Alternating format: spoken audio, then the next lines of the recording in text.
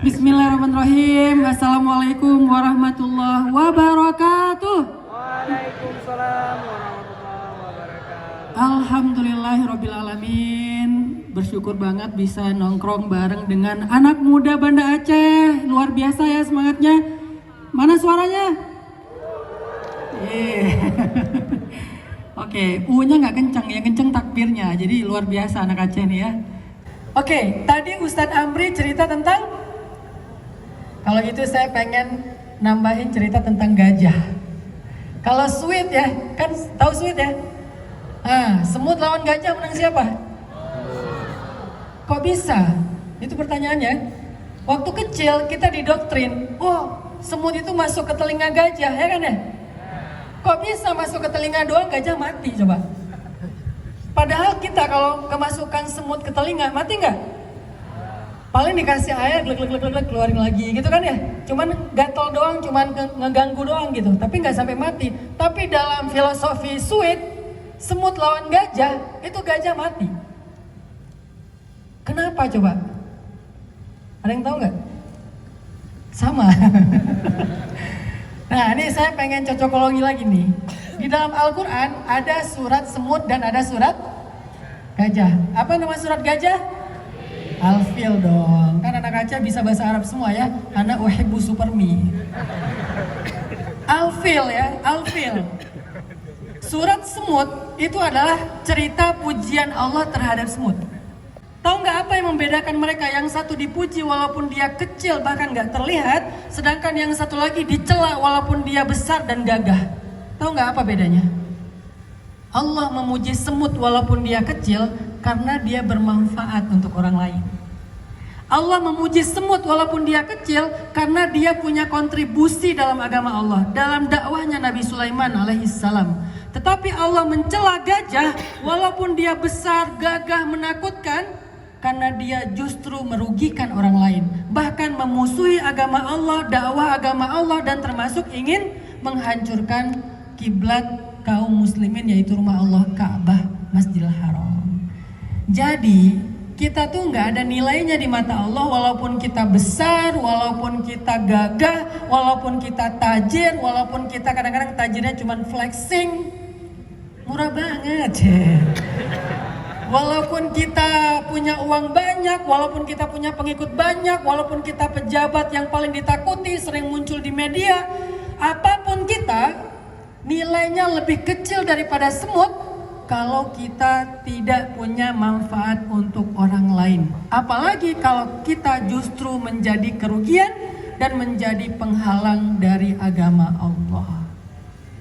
Tapi kita bisa aja jadi semut yang nggak ada timbangannya. Coba teman-teman kalau lagi gabut ya, kalau lagi gabut nih, coba ambil satu ekor semut, taruh di timbangan yang digital tuh, yang sensitif banget tuh. Kira-kira kalau teman-teman naruh semut di timbangan digital, itu keluar angka nggak tuh? Saya belum pernah coba soalnya. Kayaknya nggak keluar angka ya, yakin? Kalau kita taruh semut, tapi bukan semut yang agak gede, semut kecil. Semut kecil yang merah itu tuh.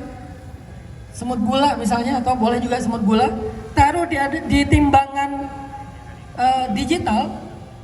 Saya yakin timbangan itu nggak bakalan ngeluarin angka. Artinya apa? Itu semut nggak ada berat-beratnya sama sekali. Angka miligram atau apalah satuan apa gitu nanti tanya Ustadz Habibie karena saya bukan ahli matematika. Satuan terdetail itu pun nggak keluar gitu. Kenapa? Karena saking ringannya semut. Tetapi kita bisa aja seringan semut. Insya Allah sih kita nggak seringan-ringan itu banget sih. Kita walaupun cuma seringan semut, setidak pentingnya semut, nggak terlihat, nggak ada orang yang tahu. Kalau kita bermanfaat untuk orang lain, Allah Maha tahu teman-teman. Faman ya'mal, lanjutin. Mithqala dzarratin khairan yarah, wa man ya'mal mithqala dzarratin syarran yarah. Emang itu Mustafa Ismail Ustaz? Bukan. Itu jazz. Artinya walaupun kita melakukan satu amalan sekecil mithqala dzarrah, Dzarrah itu hampir sama-sama lah dengan semut. Kayak apa? Benda yang sangat kecil, sebiji sawi, sebiji beras, sebiji apa gitu ya, kecil banget. Tetapi kalau itu adalah khairan, Allah pasti akan menilainya dengan sesuatu yang besar. La tahqiranna minal ma'rufi syai'a, kata Nabi. Janganlah kalian meremehkan kebaikan walaupun kecil. Sekedar ngasih emoticon senyum doang, jangan remeh loh. Teman kita ngechat, kita balas sekedar ngasih dia emoticon senyum. Itu tuh walau antalqa akhaka biwajhin talik. Apa terjemahannya? Walaupun engkau cuman ngesan emoticon senyum ke saudaramu. Emang gitu Ustaz terjemahannya? Terjemahan sosmed. Karena saya senang menerjemahkan teks-teks agama dalam konteks kekinian. Walau antalqa, walaupun kamu sekedar menyampaikan atau kamu menampilkan atau kamu send emoticon senyum doang kepada saudaramu, maka itu menjadi sebuah kebaikan, bahkan bernilai sedekah di mata Allah SWT. Jangan cuman PHP, harapan kosong. Teman kita ngechat, dia nunggu di-read lama, contreng abu 2, tapi nggak di-read, nggak biru-biru. Ditunggu, wah dia online nih, lasin. Dia online lagi nih, lasin. Tiba-tiba biru, oh ternyata salah pencet. Biru nih, wah udah dibaca nih. Udah gitu typing. Typing itu kadang-kadang memberi harapan, tapi kadang-kadang harapannya harapan kosong. Typing, waduh typingnya lama banget nih, kayaknya teksnya panjang. Padahal yang namanya orang typing cuman ngeklik doang, itu udah typing di atasnya tuh. Dia masih mikir, ngomong apa ya? 1 menit, wah typingnya nih kayaknya teksnya panjang banget, dia baik banget. Tiba-tiba udah lama typing, lasin lagi, gak jadi desain. Jadi jangan remehin hal yang kayak gitu teman-teman. Ternyata sekedar senyum aja, walaupun bentuknya emoticon, itu tuh sesuatu yang bernilai sedekah. Artinya apa? Allah itu tidak pernah menyia-nyiakan amalan kita, walaupun mithqala dzarrah, walaupun mithqala namlah, walaupun sekecil semut. Sehingga semut yang kecil kalau itu kebaikan, nilainya lebih besar daripada gajah yang besar dan gagah. Nah, apa hubungannya obrolan tadi dengan judul eksis di usia muda? Apa sih maksud Ustadz dengan eksis di usia muda? Banyak followers. Eksis itu artinya apa? Viral. Eksis itu artinya trending. Eksis itu artinya apa sih? Dikenal banyak orang. Enggak teman-teman. Eksis dalam konteks kita malam ini yang saya pengen sampaikan ke teman-teman adalah eksis itu adalah ketika kita dibutuhkan. Itu eksis. Ketika kita bermanfaat buat orang lain. Dan buat saya hadis eksis yang tadi disampaikan oleh Tengku Mirda. Hadis eksis itu adalah khairun nas anfa'uhum linnas. Orang yang paling baik adalah yang paling eksis dalam konteks tadi. Siapa orang yang paling baik? Yang paling eksis. Siapa orang yang paling eksis? Yang paling bermanfaat untuk sebanyak mungkin orang lain. Itulah orang yang paling eksis. Dan orang itu adalah teladannya Rasulullah Sallallahu Alaihi Wasallam. Sekarang kalau kita mau tahu, saya eksis gak sih? Coba tanya, berapa orang yang butuh kita setiap hari? Gampang, nilai eksistensi kita tuh kalau mau menilai, gampang. Berapa orang yang butuh saya hari ini? Ini hari apa hari ini? Sabtu. Udah ada yang minta tolong kita nggak hari ini? Bantuin gua dong.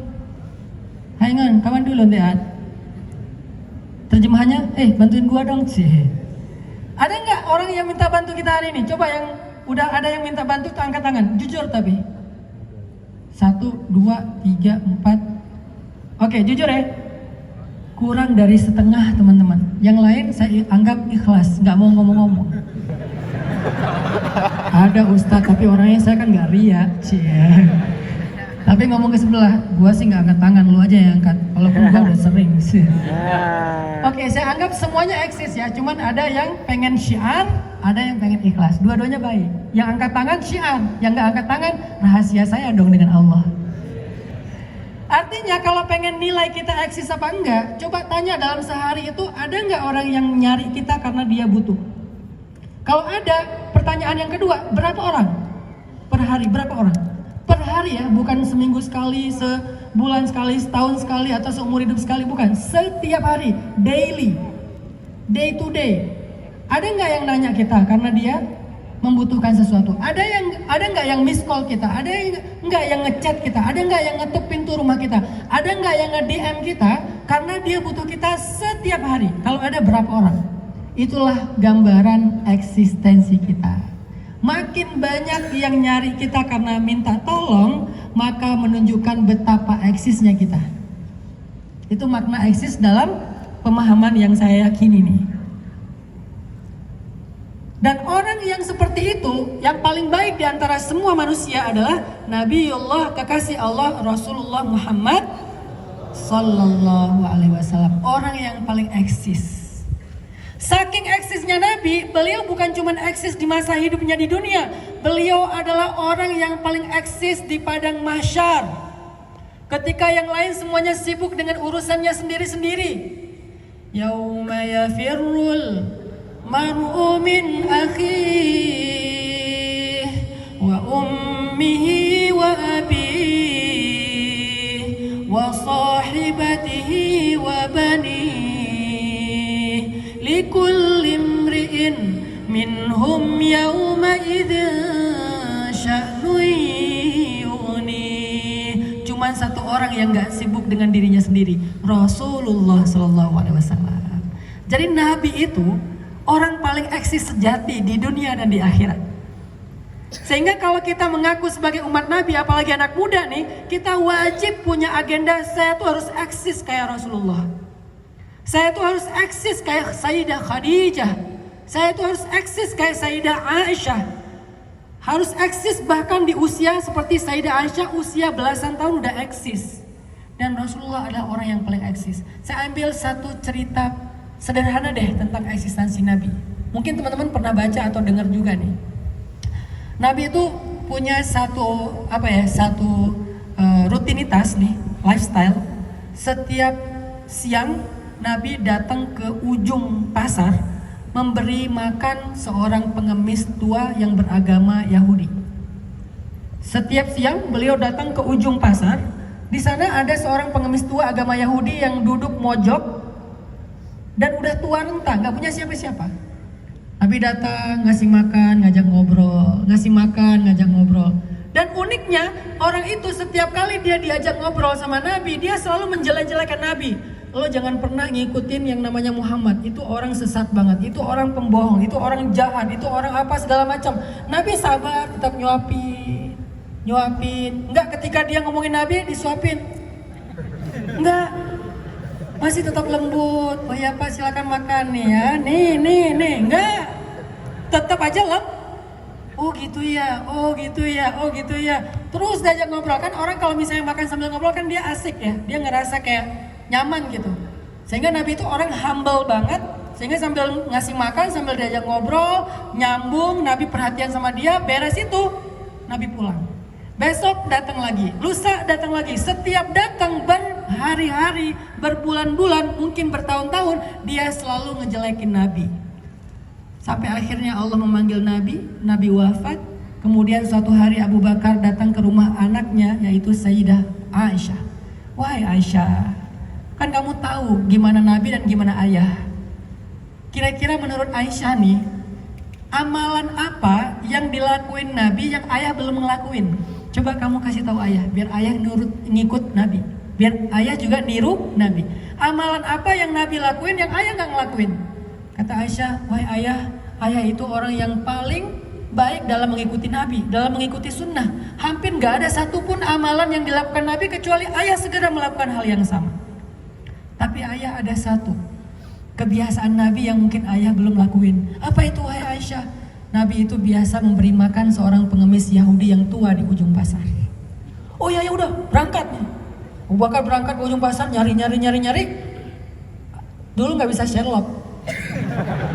Kalau sekarang kan gampang, nggak perlu nyari ya, tinggal Sherlock. Karena dia nggak ada Sherlock kan, dia nyari tuh manual. mana pengemis? Kelihatannya banyak pengemis nih. Yang mana nih? Akhirnya nemu. Pas nemu, duduklah Abu Bakar sebelahnya. Orang itu karena dia buta, tua, dia nanya, kamu siapa? Saya orang yang biasa datang memberi makan Bapak. Bukan kamu bukan dia. Loh, kok bisa tahu? Cara nyuapinnya beda. Kalau kamu bukan nyuapin, nyiksa.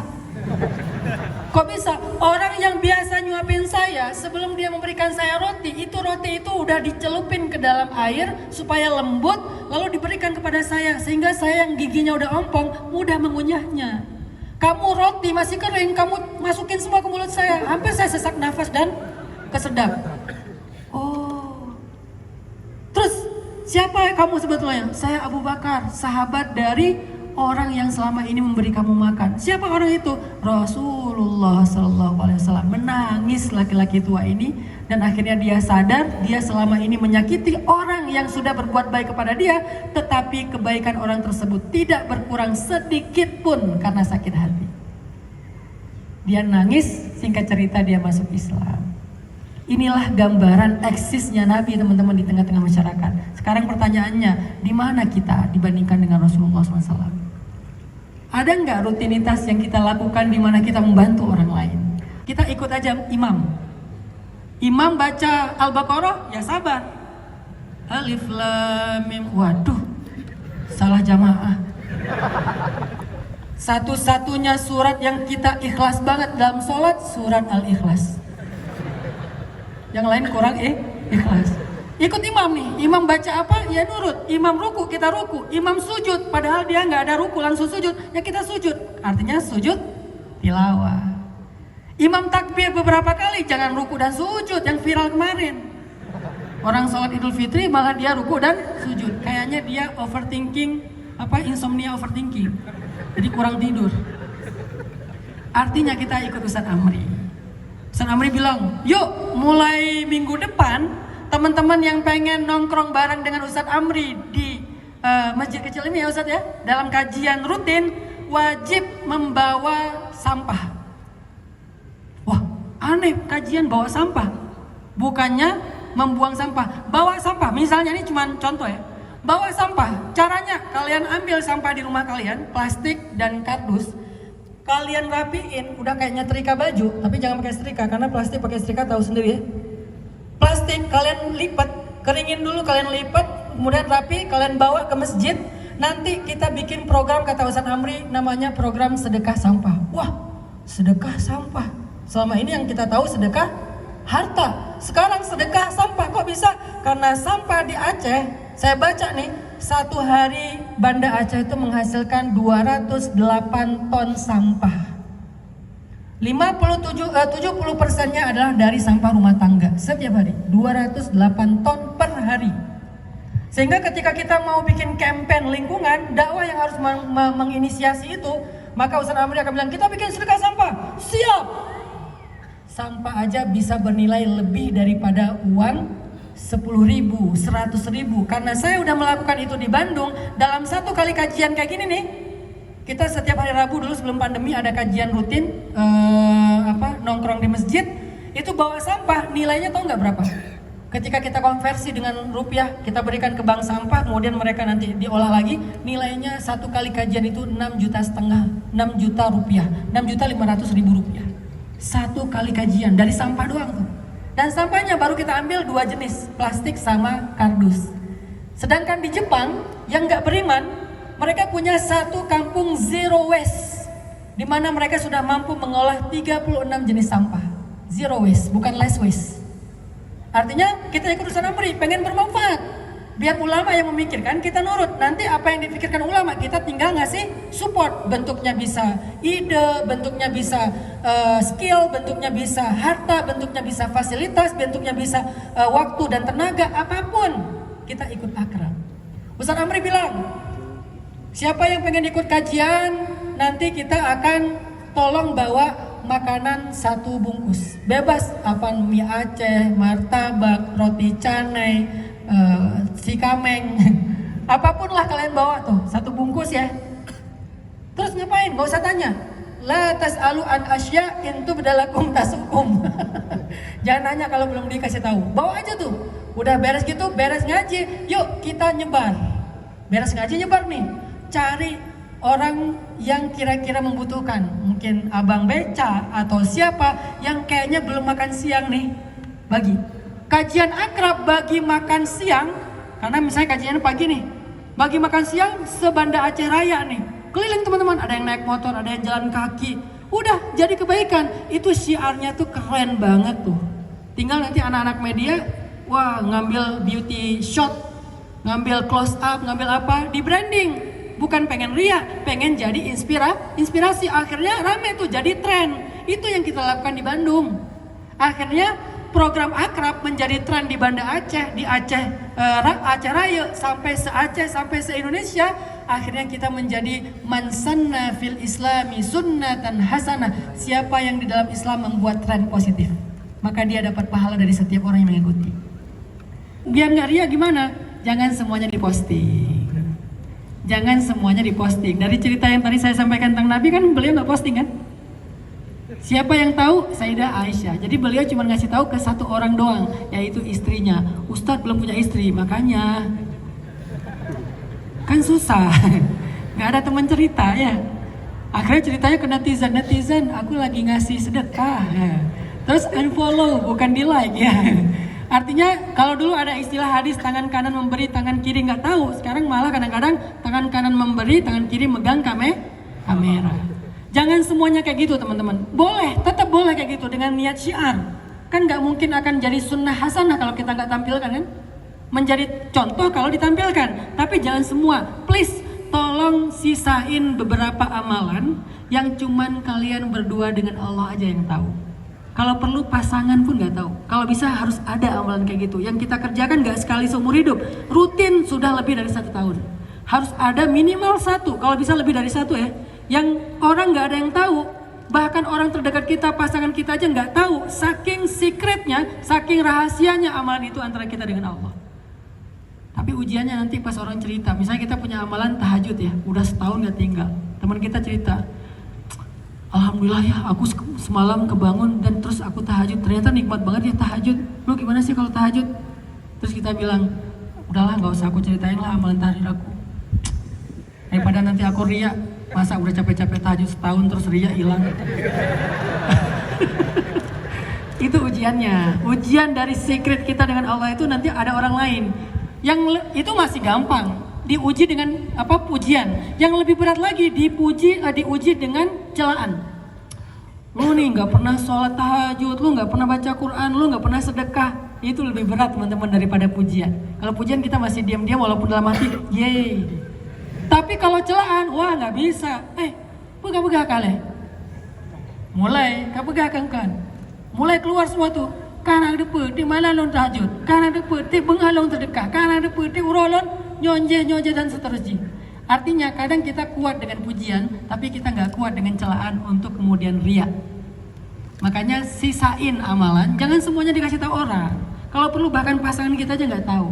Seperti Ibnul Musayyib atau Musayyab yang sholat tahajud 40 tahun, istrinya aja nggak tahu. Oke. Yang ketiga dari Mbak Kak Najwa. Biar nggak fragile, nggak mudah down, gimana Ustaz? Kekuatan kita itu ada di iman. Kekuatan kita itu bukan fisik, bukan harta teman-teman. Yang buat kita kuat itu, tough itu adalah iman. Mental kita itu tergantung kepada iman. Manusia, orang yang beriman itu biasanya dia lebih tangguh, nggak mudah patah, nggak mudah berputus asa. Orang yang mudah berputus asa pasti kurang imannya. Walaisal ya'su min akhlaqil mu'min. Berputus asa itu bukan karakter atau akhlaknya orang yang beriman. Terus gimana caranya biar kita tangguh, tough, nggak fragile, nggak gampang down? Berarti tajdid iman kita. Jadidu imanakum, perbaharui terus, recharge terus, refresh terus iman kalian. Gimana cara nge-refresh iman Ustaz? Duduk di dalam majelisnya para ulama, majelisnya ilmu. Itu salah satu cara nge-recharge iman. Cari majelis yang bukan majelis galak. Gimana majelis galak? Haram, neraka, dan seterusnya. Cukup kita cari majelis ilmu yang di dalamnya menambah iman, bikin kita lebih yakin sama Allah, bikin kita libatkan Allah, mention Allah, minta sama Allah dan seterusnya. Cari majelis yang menambah iman, sehingga insya Allah majelis kayak gitu bakal jadi fast charging buat iman kita. Baru 10 menit duduk, iman udah naik. Kayak fast charging kan, baru 10 menit udah 100% lagi. Sering, jangan cuma sekali. Makanya hadir dalam kajian akrab. Ustadz disponsori berapa sih kok dari tadi akrab. Insya Allah nggak sama sekali teman-teman. Murni karena saya tahu betapa pentingnya gerakan akrab ini. Makanya duduk dalam majelis akrab, insya Allah kita fast charging. Itu yang ketiga. Yang terakhir dari Kak Nur Afifah, istiqomah. Cara istiqomah itu sederhana. Milikilah suhbah solihah atau bi'ah solihah. Kenapa? Almar'u ala dini khalilih. Orang itu tergantung siapa temannya. Kalau kita pengen istiqomah, cari suhbah, sahabat, ataupun lingkungan yang bisa membuat kita kuat. Makanya berjamaahlah dalam beramal solih, jangan sendiri. Kalau kita lagi down, teman kita yang ngajak, dia yang jemput di rumah, yuk. Tadinya kita nggak ada niat berangkat, tapi karena dia yang ngajak, kita jadi semangat. Coba teman-teman rasain sendiri ya, buat cowok-cowok tuh. Nonton Piala Dunia, atau Piala Eropa, atau Piala Champion sendiri sama teman-teman enak mana? Finalnya atau nggak usah final deh, satu pertandingan dimulai jam 2 malam. Dari jam 10 pokoknya untuk po 2 malam lo udah denger. Kemudian nonton Lionel Messi dengan Cristiano Ronaldo. Mesti uji. Po 2 malam, aduh, denger udah. Lanjut aja sampai subuh. Subuh menanti denger udah. Lanjut aja sampai duha. Akhirnya subuh dan duha dijamak. Karena sendiri. Tapi menyudah nonton di berjamaah biasa aja semangat. Kayak miskol lesi pelorongan ayo miskol manun serentak. Gimana anda bedah? Nah yang gedor-gedor pintu, kayak mulai kayak ragu oleh. Akhirnya nonton bangun tadi masih malas-malas tapi gara-gara nontonnya barengan jadi ada vibes namanya. Ada vibe-nya, ada biahnya, ada lingkungannya. Makanya dalam beramal soleh juga kayak gitu. Kalau sendiri itu lemah, maka berjamaahlah. Di mana berjamaahnya? Insya Allah ya. Berjamaahlah di akrab. Itu aja, barakallahu fikum.